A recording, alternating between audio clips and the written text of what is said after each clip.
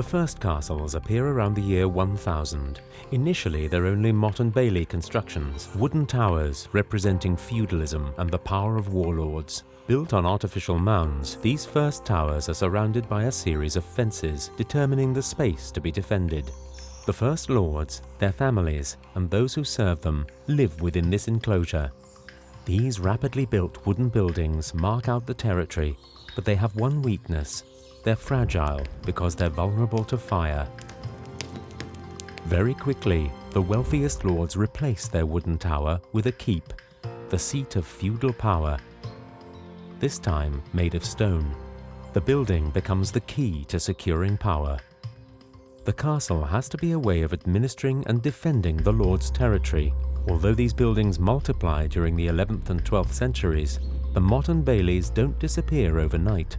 They coexist with these new castles, the dwellings of men capable of raising the astronomical sums needed for their construction. Between the 10th and 13th centuries, the designs of castles vary considerably. They evolve according to whether the lord building the castle has it built on a rocky outcrop, on a plain, or in the bend of a river. But the thinking behind the construction of these castles is always the same, a fact the Guédelon team has been discovering since the beginning of the project. Begun in 1998, Guédelon will take 25 years to complete. In the 13th century, an identical project would usually be finished in 12 to 15 years, but the wealthiest owners could go much faster. In the Middle Ages, builders would work an average of 200 days a year, 8 hours a day in autumn and winter, and 12 from Easter to September. On Saturdays and the days before a holiday, they would stop working at nones, which is around 3 p.m. In order to build quickly and well, the medieval lords and master masons would choose the ground upon which the castle was to be constructed extremely carefully. It had to be integrated into its surroundings in order to minimize the costs by using readily available materials. Florian Ranucci is Guédelon's master mason. Just like in the Middle Ages, he has to manage the local resources, solve technical issues on site, oversee each stage of the project, and stay within his allocated budget. It's a challenge for the whole team because nobody has attempted a venture such as this for several centuries. Basically, we'll try and use materials available within a 3 to 5 kilometre radius. When we have the materials on site, it's obviously even better. The Guédelon builders have therefore gone deep into a thick forest. Oak trees provide the wood needed to make the framework, scaffolding, and lifting gear. Water was everywhere. And in the heart of these mountains, they discovered the holy grail for every castle builder, a stone quarry. Once it's completely finished, the castle will have absorbed 10,000 cubic meters of stone. That's 25,000 tons of sandstone, the weight of 3 Eiffel Towers or 61 Boeing 747s.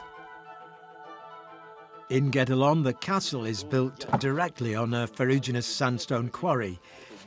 It's sand that's been glued together by iron oxide, so there's ochre present. This generates sedimented layers, which are easy to separate. It's a rock that's cleaved. By using a sledgehammer, we can separate the stones, which will give us 3 different qualities. The first we used for blocks of dressed stone, for realignment courses and for steps and thresholds. The second, the broken stones are going to make the rubble, the headers and ashlars, which are the stones on the front wall of the castle. The third quality of stone is the offcuts, which we use to fill the inside of the wall. The quarrymen had to learn to read the stone. They had to study it, decipher it, in order to understand it and use it to its full potential. The bluer the stone, the harder it is to carve. They rediscovered the technique used to extract the blocks. Wedge holes have to be made at the point at which the quarrymen want the stone to break. They then insert metal wedges and hit them with the sledgehammer, so that the shock waves break the stone creating large slabs.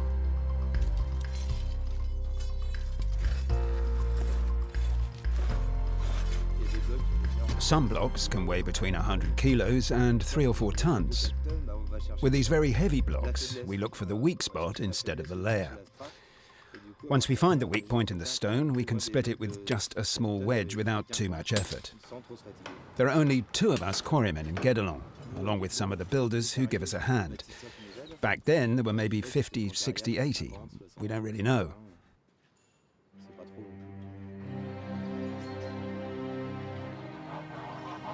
By studying the soil around the site, the builders found other hidden treasures. The soil in Guédelon is composed of loam, clay, and sand. The loam found at surface level will be used to make roof and floor tiles for the castle. The purer clay found at a deeper level will be used to make crockery. And sand will be an ingredient of a key element in the construction: mortar. All the stones in Guédelon will be bound together. The mortar makers prepare the mixture. In the Middle Ages, these craftsmen were usually free men, just like stone carvers, masons, or carpenters. This says a lot about their skill and their importance on the site. It was the Romans who perfected mortar making with sand and lime. We have 2,000 years of Roman technology behind us, which resulted in the creation of vaults in lime concrete, which are still standing today in Rome and Ostia. The problem in the medieval world was bringing back these techniques and making them as effective as possible in order to build really solid stone walls. That's part of our research. In medieval times, the masons were the chemists of construction, so much so that we have a group of masons who specialize in making mortar. The modern builders studied illuminated manuscripts and recreated tools, such as the scuffle hoe used on the site. But they still had to work out how medieval mortar was made. A scientific investigation began.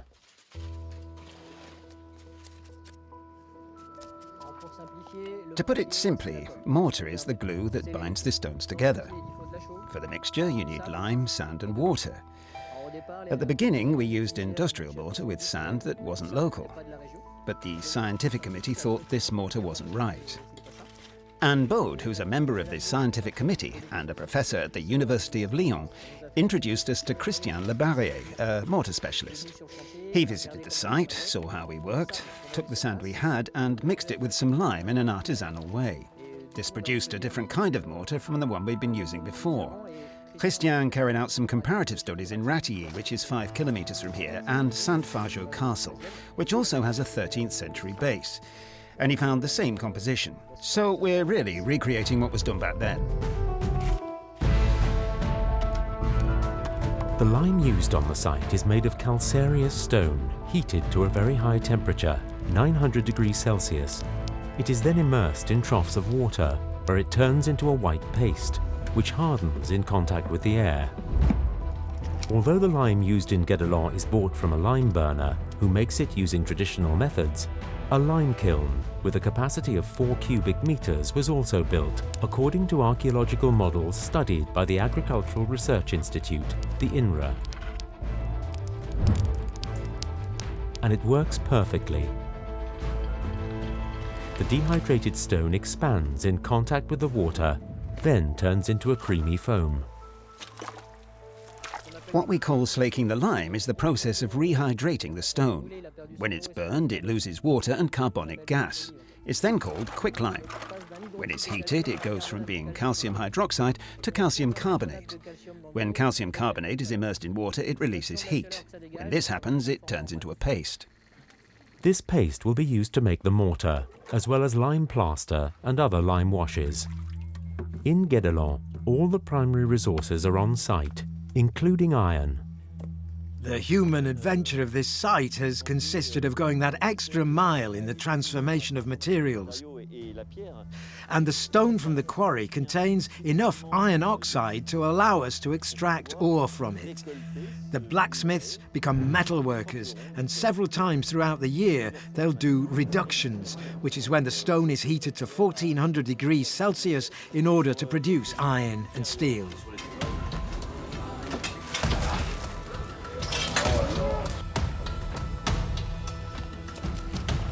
The reduction of more than 20 kilos of ore produces approximately 1.5 kilos of metal, which is immediately tested by the blacksmiths.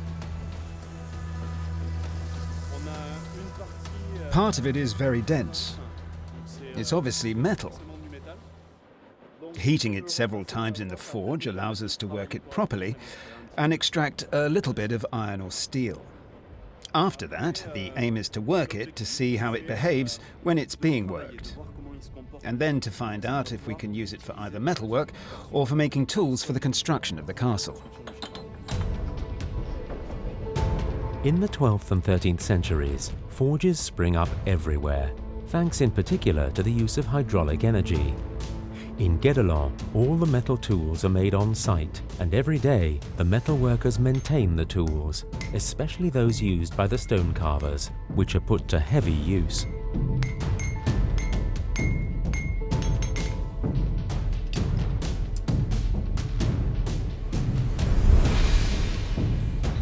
The construction site is also at the heart of another essential supply source for the work, the forest.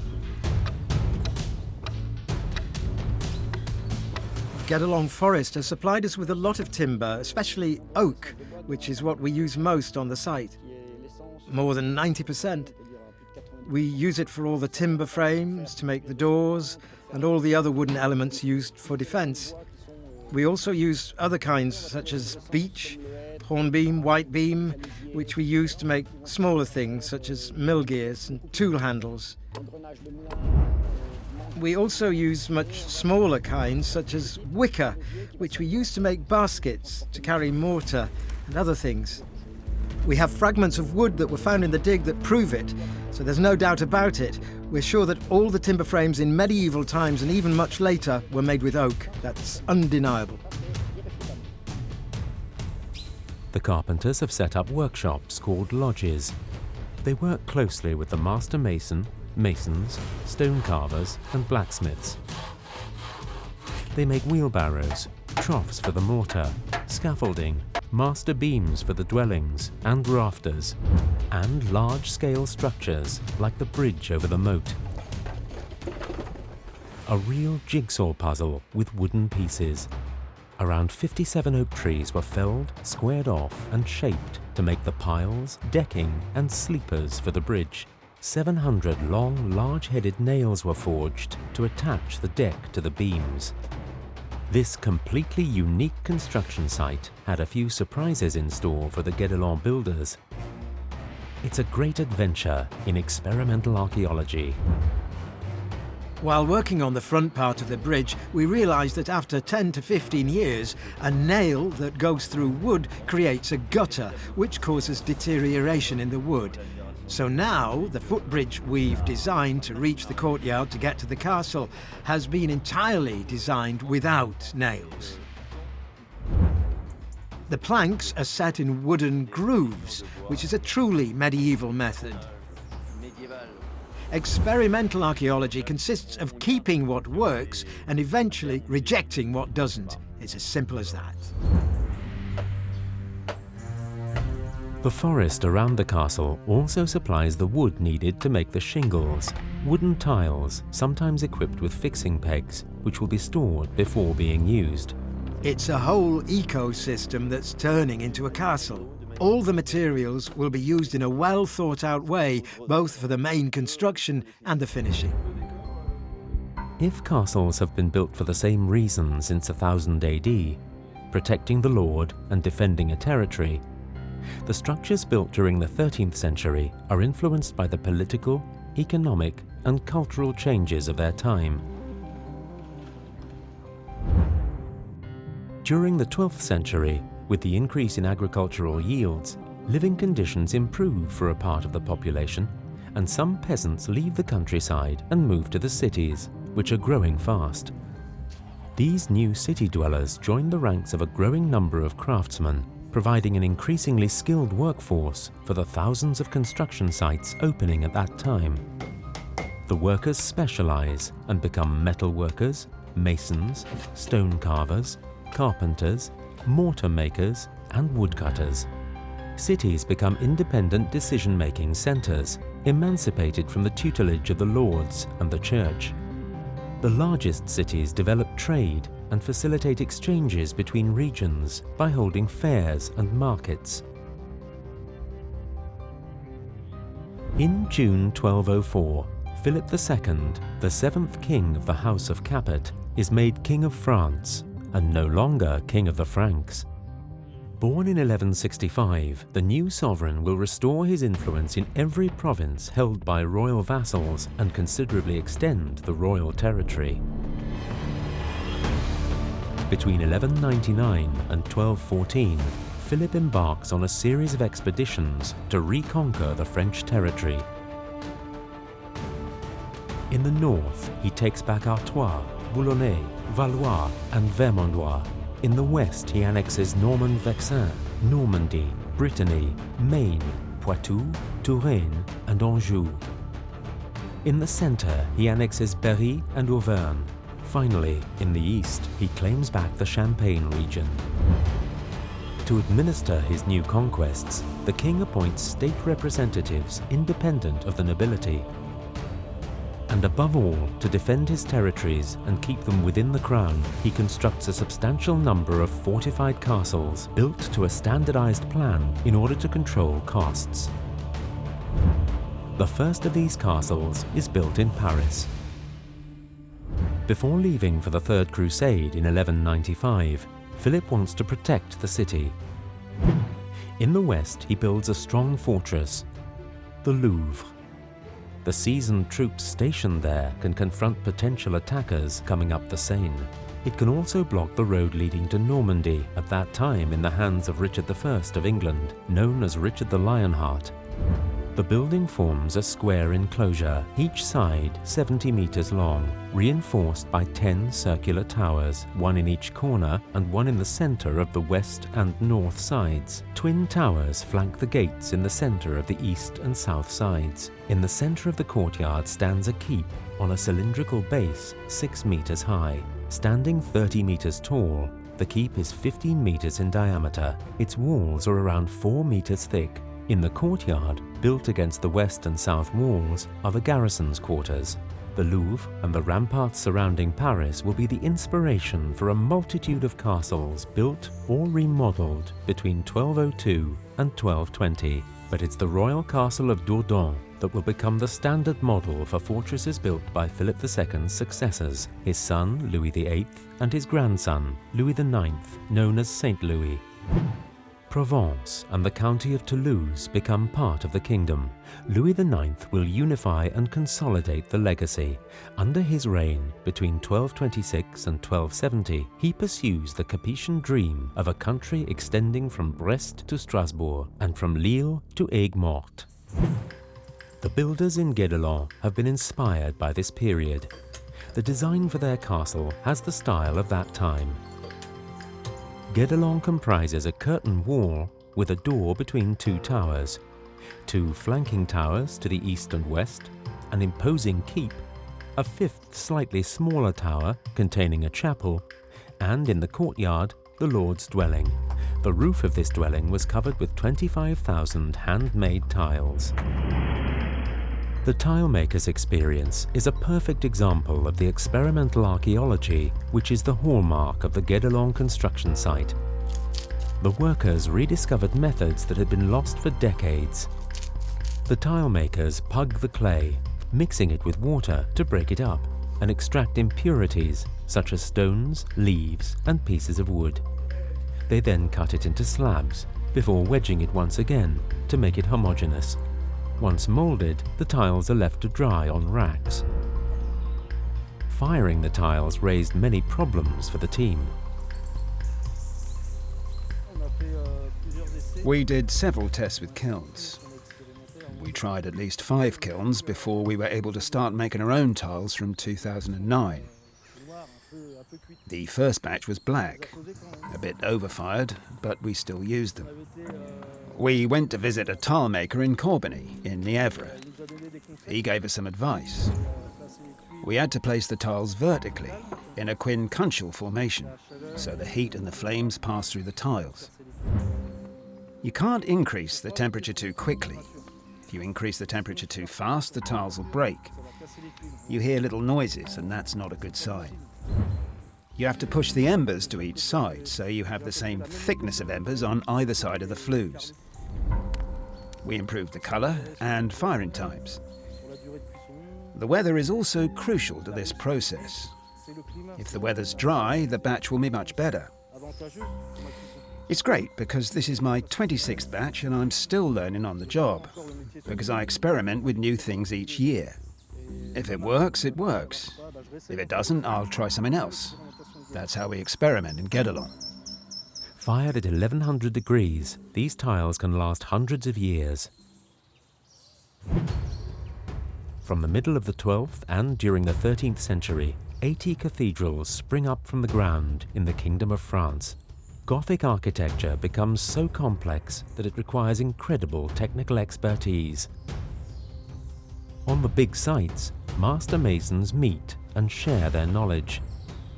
But how did the Guédelon builders choose their construction techniques?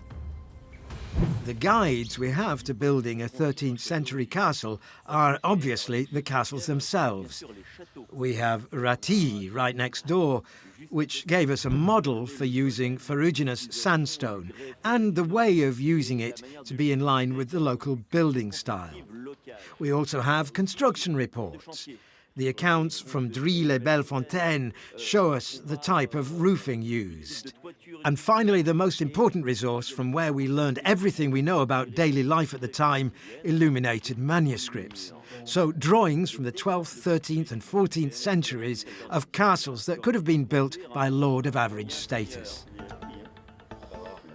The result of this vast amount of documentation and research is amazing. Characters from medieval stained glass windows in illuminated manuscripts come to life before our eyes. The construction site is buzzing. The workers are here.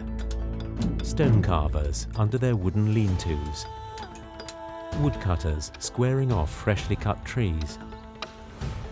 Mortar makers mixing sand and lime. Masons perched on scaffolding, patiently building the walls. The tools are identical, just like the hoisting gear and means of transport. From the beginning, some things become obvious to the builders. At the start, we had troughs and buckets that were extremely heavy. They were heavy in themselves, and when they were filled with mortar, they were unmanageable. We realized that in all the illuminated manuscripts and stained glass windows, there are baskets, containers with handles made of wicker, woven wicker, which means that you're only lifting the weight of the mortar. So we created a basket weaving workshop, and now all the masons on the site use these baskets, which are much lighter and in accordance with what we see in the illuminated manuscripts. These iconographic sources showed the team the type of tools used by the stone carvers. Chisels, splitters, and mallets, all required for obtaining the high level of precision demanded by the workers. All the prestige of the 12th and 13th century comes from the use of the dressed stone. Not the rubble, the broken stone, but the dressed stone. While doing this sort of work, the masons will have to cut stones that are perfectly square and accurate to the last millimetre. So the stonecutter's job consists of working out the thickness of the joints so that the stones fit perfectly. In the Middle Ages, the master mason's role is crucial. He guarantees the balance of forces involved in the construction, the ever higher and more elaborate masonry, the increasingly slender arches and the vaults supporting ton upon ton of stones. However, on this site, there are no plans on parchment. In this workshop, the master mason sketches out full-scale outlines. He gives his stonemasons and carpenters templates so that they can follow his instructions and carry out the work. See what we have here.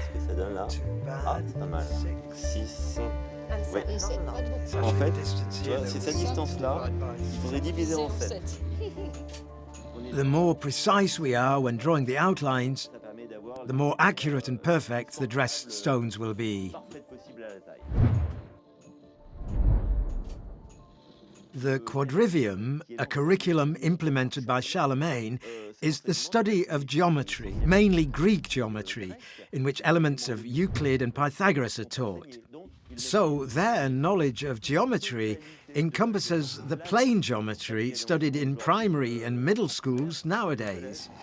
The medieval world is pragmatic. They used knowledge from ancient times to make their society function. The vaults in Guédelon are a real challenge to gravity. For the first time since the Middle Ages, the workers have attempted a difficult task: cutting a complex group of dressed stones in order to make cross-rib vaults. For the vault on the ground floor of the chapel tower, the masons made 6 bases, 54 voussoirs 25 centimeters thick, and a keystone to keep the whole thing together. The stones have engravings indicating the direction in which they should be laid, their position relative to the next stone, and the mason's mark, a quickly made and easily recognizable symbol allowing each mason to be paid for his work. For the cross-ribbed vault, the carpenters built a wooden frame to support the assembled stones. The forces exerted between the voussoirs make the structure stable. Once the frame is removed, the cross-rib vault takes the weight and the stones fit into place. In the shooting gallery of the keep, the keystone is 5.5 meters up. It is covered by an 80-centimeter layer of stone, which forms the floor above. The total volume balanced over this open space amounts to 50 cubic meters, an astronomical weight of 120 tons.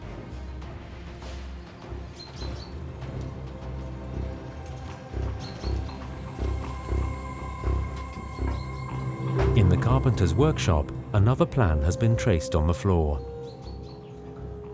On this huge drawing board, beam after beam of the future framework of the chapel tower is adjusted and assembled. After that, it's disassembled and entirely reassembled in position on the tower. The real challenge is trying to find wood with a natural curve in order to respect the rounded shape of the tower. The wood shouldn't have to adapt to the plan or to us, it's the other way around. We made templates and went into the forest with them to see if the trees corresponded with the curves that we needed. They will be able to make assemblies that are extremely precise, incorporating all the detail that we get in 3D software nowadays. Carpenters have their software in their heads and hands. Move it a bit more towards you. The verification will actually take place in situ. We can't really know beforehand if everything's going to fit. So yes, there's always a bit of apprehension. It's not until the end of the Middle Ages that reduced-scale plans as we know them today come into use. In the meantime, the master masons developed so much skill that they turn from simple local entrepreneurs into real architects. The National Library of France holds a real gem, Villard de Honnecourt's notebooks, a master mason born in the 13th century near Cambrai. During his apprenticeship, he goes from site to site and from city to city. His writings relate a part of his journey. He starts off at Vaucelles, near Cambrai, where he works on the construction of the Cistercian abbey. Then he goes to Reims, Laon, Chartres and Lausanne, and around 1234 he takes part in the construction of a cathedral in Košice, in Hungary. These parchment pages include naturalistic illustrations, drawings of people, and a self-portrait of him as a warrior. He also depicts allegories and religious drawings. 74 of the 250 drawings concern architecture and geometrical studies. But Honnecor also drew lifting machinery and war machines, because the art of building fortified castles cannot be separated from that of war. There were no ancient war machines during the early Middle Ages in the 10th and 11th centuries, for a good reason. The first stone fortifications were often confronted by small troops of infantrymen and horsemen, but during the Crusades in the 12th and 13th centuries, Frank attackers had to resuscitate the war machines in order to take possession of fortified cities. They therefore brought back plans and models of these formidable machines. Transportable siege towers as tall as the curtain walls, battering rams, scaling ladders, catapults, and mantlets.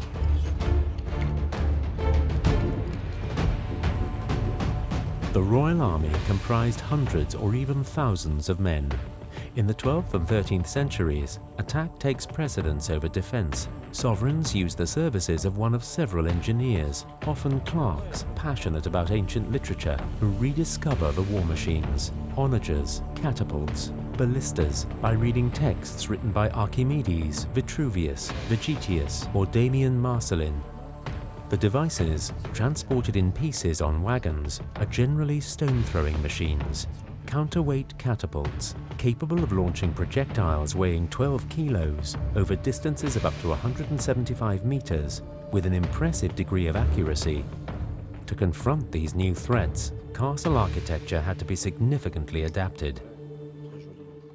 During the 13th century, the wooden hoardings which were vulnerable to ballistic devices disappear, to be replaced by corbelled constructions with brattices, small rectangular or sloping structures, and machicolations, openings in the galleries running along the top of the curtain wall. The progress in construction methods makes these fortifications even stronger and more difficult to approach. Castles built on plains sit on a strong sloping base, a talus. In the first few years, we had to start by building the base of the castle. So the whole base, with this sloping wall, which is more than 250 meters long, comprising about 3,000 cubic meters, took us 4 years to complete. In Guédelon, the talus of the 6 towers and curtain walls comprises 3,000 cubic meters of stone, approximately 6,000 tons. The length of the walls is impressive. Once completed, the masons will have built 250 meters of ramparts, a colossal task. We had to support one another. When we were doing the last 10 stones, we'd send messages to each other. Stone cutters to masons, it's the last but one stone, it's the last stone. Until we finally reached this line all around the base of the castle. Then we could start building the vertical wall. At the same time, it was an opportunity to follow in the great tradition of the medieval builders, because all the 13th century walls and castles went through this exhausting stage of talus fortification.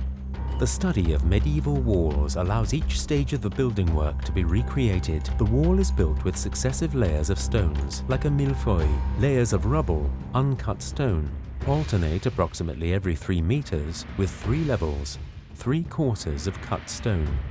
These are realignment courses.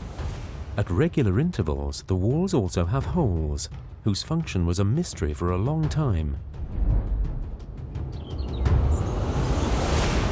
They're putlog holes, notches a meter deep, into which the ends of long oak beams are inserted in order to support scaffolding. The carpenters move them as they work their way up the building. The rows of putlog holes are 1.4 meters apart, an ideal height for the masons and stonecutters to work at. After the holes have been used, they're generally filled with sandstone plugs that can be removed if the building needs restoration. The scaffolding sets the pace for the construction of castles, whose walls get progressively higher.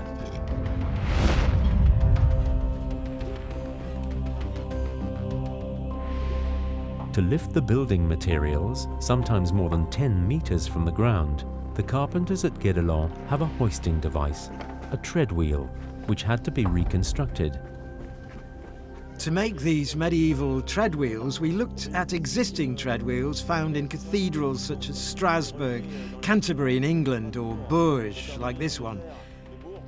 There are some with 2 drums, like the one in the Wenceslas Bible, which is kept in Prague, that depict a complete treadwheel crane with its rope and pulley system. We use the tread wheels every day here in Guédelon.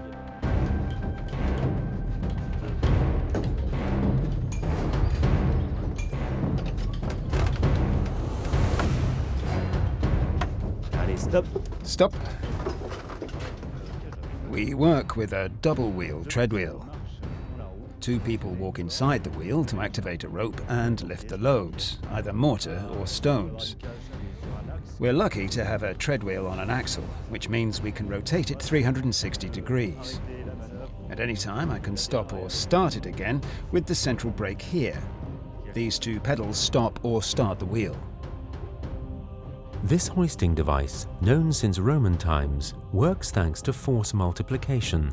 The wheels, which are 2 to 3 meters in diameter with wooden spokes, rotated together, one either side of an axle, around which wound a rope, pulling the load to be lifted. The lifting force is increased tenfold, meaning that one man can lift a load weighing up to 500 kilos. This ancestor of the crane enables loads of up to 600 kilos to be lifted as high as 15 meters. Treadwheel cranes can be dismantled and reassembled anywhere on the site, even on top of the walls. Super. Contact. Gardez le contact. There are some techniques that help us with our work. For example, the walls are built in levels, in layers of stone, where the wall from one layer to another is perfectly horizontal. This means that we can use the wall itself as a building tool. We can move the stone along on rollers into its place, where it will be sealed. It's pretty much in place. Encore un tout petit peu. It's pretty much in place. Ah. It's pretty much in place. Quasiment à sa place. It's pretty much in place.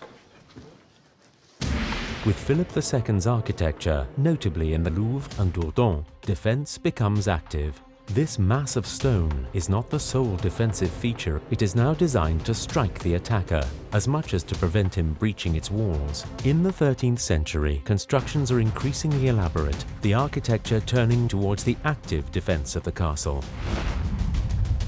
This active defense, as reinvented by Philip II at the beginning of the 13th century, is the addition of ditches, ramparts, doors between 2 towers, and of course the keep. So the curtain walls, which surround the entire periphery of the castle, are at least 1.5 meters thick, providing room to walk around, while the parapet walls, half a meter thick, are lined with crenels and merlons. Their average height is 2 meters. This allows the castle to be defended from the top. We protect ourselves behind the merlons and throw stones or shoot with bows or crossbows.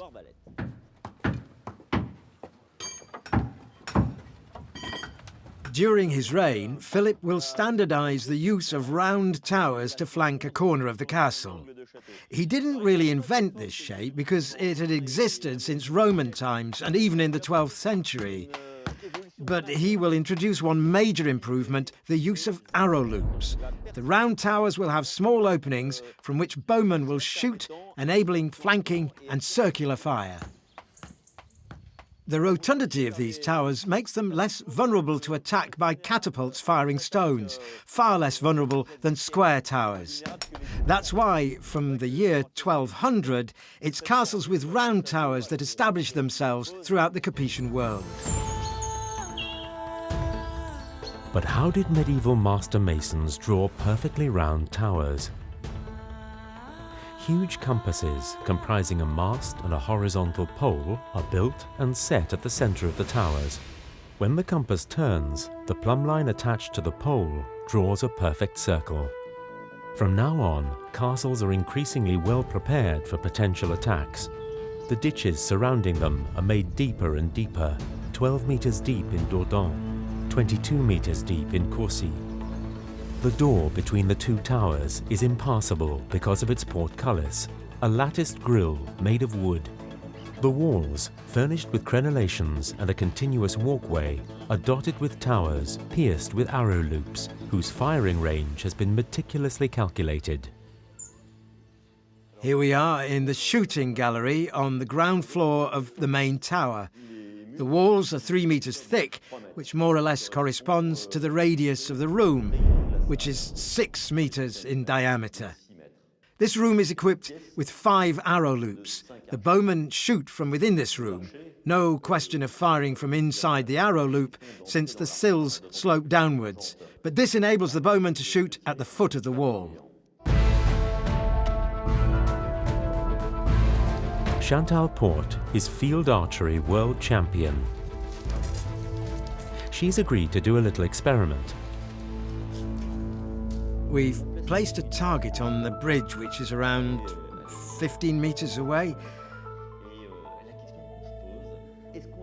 What we want to know is, can we get an arrow straight through the arrow loop, which is only 7 centimeters wide, and do you think we'll be able to get a wider firing angle and cover a fan-shaped area 10 or 15 meters wide in front of us? Well, I don't know. I've never tried anything like this before. Is this a first? It is indeed. We'll start by trying to shoot straight ahead, because this 8-centimeter gap is already pretty scary. After that, if everything goes well, we'll try for the wider angle and see what we can do.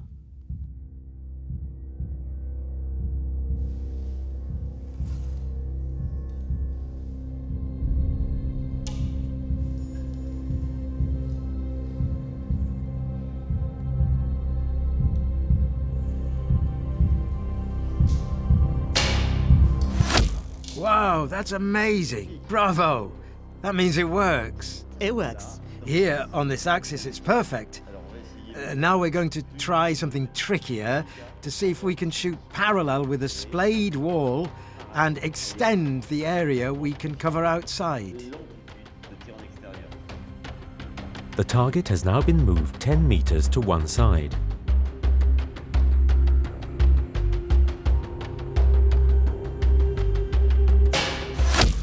Wow, a perfect bullseye. I was a bit skeptical, but I think we can trust the people from the Middle Ages. They tested it out and I think they were right. It means that with a 7 centimeter wide arrow loop and a meter thick sill, we can cover an area of more than 10 meters. Could there have been several archers shooting at once? Yes. The fortified castle protects the land it dominates. Perched on the walls or hidden behind the guard's house and towers, the garrison can actively defend it and inflict severe casualties on the attacking enemy. Tire dessus une fois que t'es chargé là.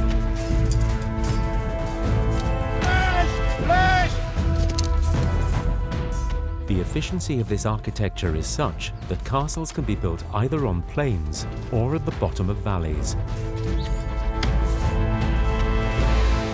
There's no longer any need to build them high up.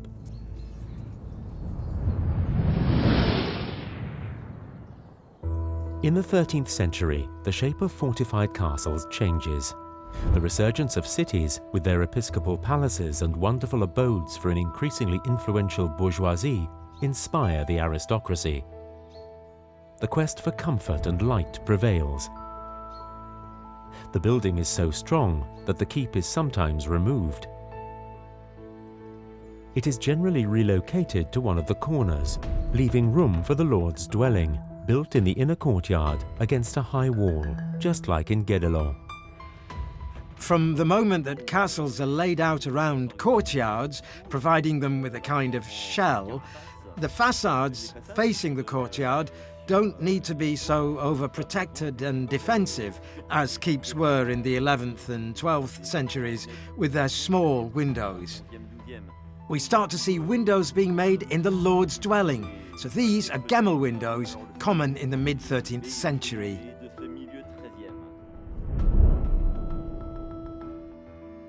The decorative power of these windows lies in their composition. They consist of two rectangular openings with a central mullion. The uprights support a broken arch, which takes the weight off the lintels, forming a tympanum.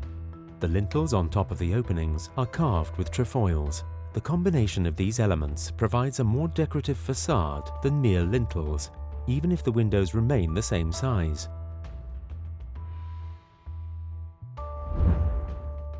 Inside, stone window seats set into the thick walls allow the castle's occupants to benefit fully from the light of day.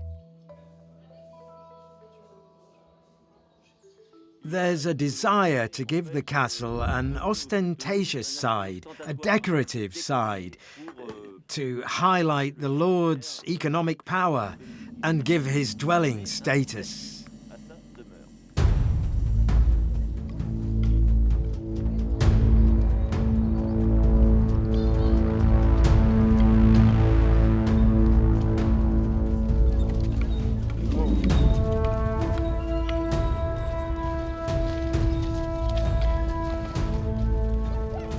The castle is therefore much more than a simple defensive tool. It is the home and the hub of the political and administrative power of the Lord, who is part of a pyramid, at the top of which is one single man, the king.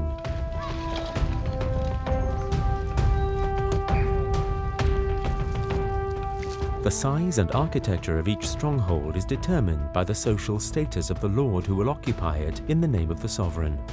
Under his fiefdom, the lord can exercise the right of ban, which authorizes him to receive a direct and indirect income.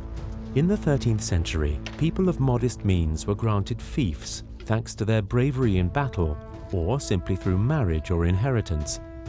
The Lord of Guédelon held the right to dispense middle and low justice. His function and rank determined the architecture of his dwelling. Apart from the defensive features of this sort of architecture, the crenellated curtain wall, flanking towers, the keep, and the chapel tower, the castle possesses an impressive seigneurial dwelling. On the ground floor, a kitchen and a cellar. On the first floor, a great hall, the aula, reached by a large staircase. This staircase, known in French as the Grand Degré staircase, isn't just functional. It has a symbolic role. It illustrates the power of seigneurial justice. It's at the foot of these stairs, on a wide stone step, that the Lord would pass judgment. The most humble lords can only dispense middle and low justice. They settle disputes between peasants and pass judgment on petty offences. More powerful lords have the right to dispense high justice. They can impose any form of punishment, including the death penalty. The banal rights associated with territory impose an incredible number of rules. There's land that's reserved for the villagers, other reserved for the lords. So catching a rabbit or felling a tree on the lord's land is enough to expose you to severe punishment. So the stairs are well and truly the symbol of this seigneurial power. The great hall in the Lord's dwelling, the aula, is the place for arbitration. This is where legal acts are sealed. It is also where the great ceremonies of feudal life take place, such as the act of homage, in which a free man places himself under the protection of another, more powerful free man, his overlord. Do you agree to be my vassal? Yes, I do. Homage is when an important lord grants a vassal territory in exchange for his fidelity. This ceremony is accompanied by a ritual that will bring this world of noble warriors together. So the banquets, the minstrels, are all a codification. Hunting for several days, it's about sharing the same rituals, to become one with a society that, in essence, doesn't mix with either clergymen or with the peasants. The status of the nobleman occupying the castle demands a social life that takes place in this great hall. The aula is the place for banquets and feasts. It's where people dance and stay up very late, telling each other tales of war or discussing political affairs. There's very little furniture, often just chests used for seating. Everything within the room needs to be easily transportable. At the end of the evening, important guests are invited to stay in the castle. They sleep in a room adjacent to the Great Hall. The walls have been carefully decorated with paintings inspired by other lords' dwellings or nearby churches, like the ones in Moutier. The Guédelon team employed a very ancient technique to brighten up the drab walls of this room: lime wash, using pigments collected on site, such as ochres from Poisson. The walls are plastered with lime plaster, which will then be painted with a lime wash made with a lime mixture, which will give us a white background on which to paint. This lime plaster will regulate humidity, allowing the wall to breathe and absorb any excess moisture. Since we're painting on dry plaster, we have to use binders to make it last. So we'll add a whole egg, beaten up as if for an omelette, and then some hide glue, because there's collagen in hide glue, and this mixture hardly flakes at all. All the pigments used are natural, extracted from the land around Poisson. All the raw materials are in these baskets: stone, soil, sand, clay from the site surrounding the castle. Ochre is a metal oxide that's present in these materials. Ochre is Greek for yellow, so we're in the yellow family. The stone is ground and sieved to obtain the finest powder possible. As for the sand and clay, we wash it and the sieve will catch everything we don't want, such as gravel and roots, leaving a coloured liquid. We dry this liquid, and when it's dry we make it into powder. The powder being mineral, we can store it almost indefinitely until we use it to make paint. Certain colours will be used as they are, and others will be reddened. Heating it to 800 or 900 degrees makes the paint redder. It'll go from beige to pink, from yellow to red. Reddening the paint will also make a dull, boring brown, a reddish brown like hematite. So being able to get any colour you want also shows that you have the means to obtain it. So the wealthier the lord ordering the work, the more elaborate and extensive the decorations will be. This triangular frieze is seen everywhere. Also the pleated ribbon pattern, which has existed for several centuries, and these trees and vines, which are completely local.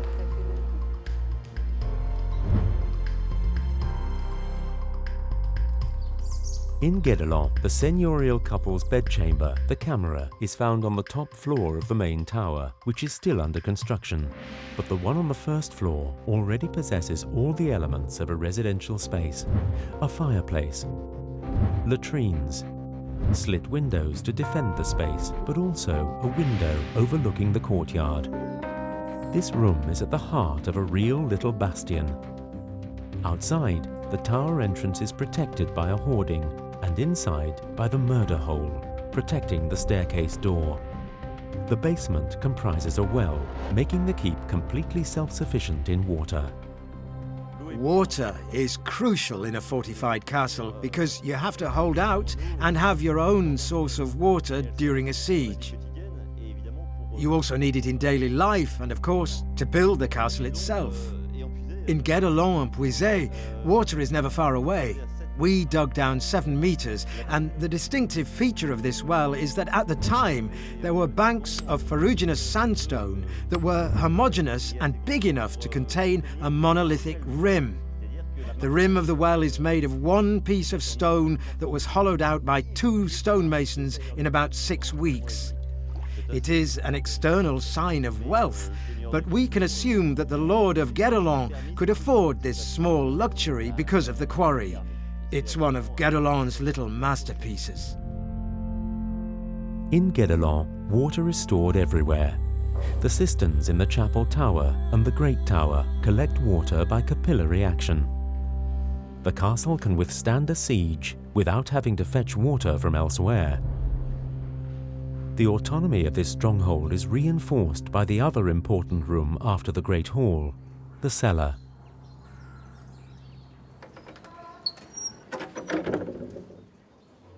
The cellar is the heart of a castle or a fief's economy. The Lord's role is to manage the territory, and in order to do this, he will collect taxes, directly or indirectly, which will make up the revenue from his banal rights. The tax isn't necessarily taken in monetary form. It can be paid in bags of grain or flour. So the cellar is the equivalent of the public treasury, but concentrated in one room in the castle intended for this purpose.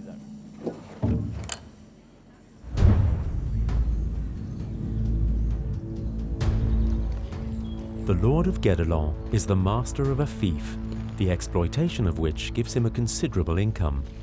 The fortified castle is not only a military camp, but the economic centre of a whole region. The Lord has had a tile kiln and a mill built on his land.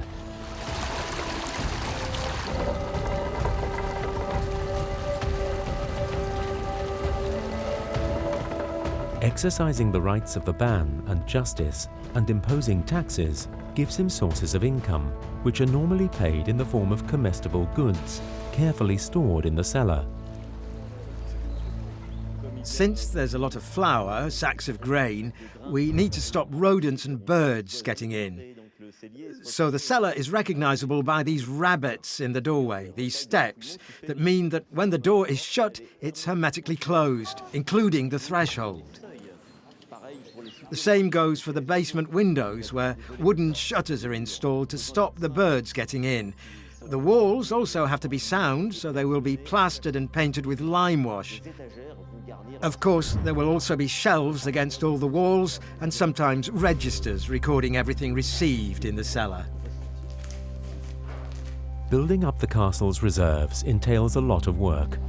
This is why the Lord prefers his peasants to pay in kind rather than cash. They have to bring in grain, press the grapes, salt or smoke the meat or fish caught in the fief's ponds, and most of all, bake bread, of which people in the Middle Ages eat 1 kilo a day. The kitchen is on the ground floor of the Lord's dwelling. It has a big chimney equipped with 2 main fireplaces, a cooking fire with a spit, and a kitchen oven used for many different purposes.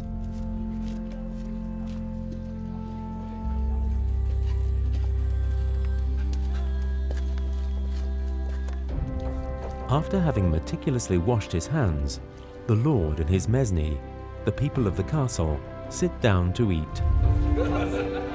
In a corner, some passing minstrels, a troubadour declaiming verses.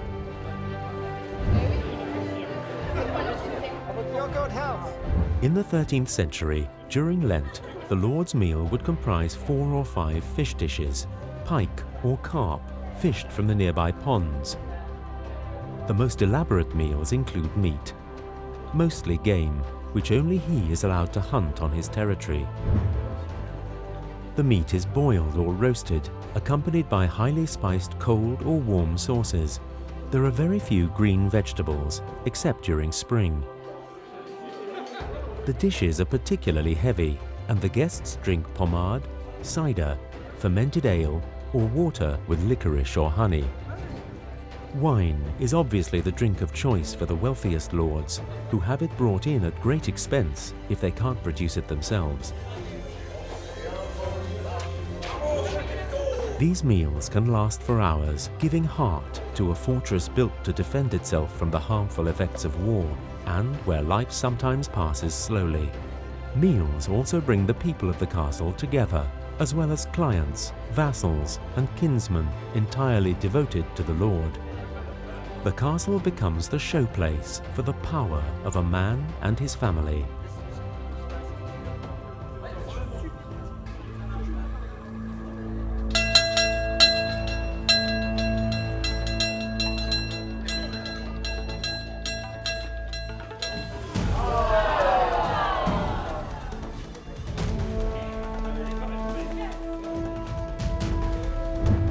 The golden age of fortified castles during the 12th and 13th centuries didn't only bring architectural developments and technological progress, it represented the birth of a state until then in gestation and the structuring of towns and countryside.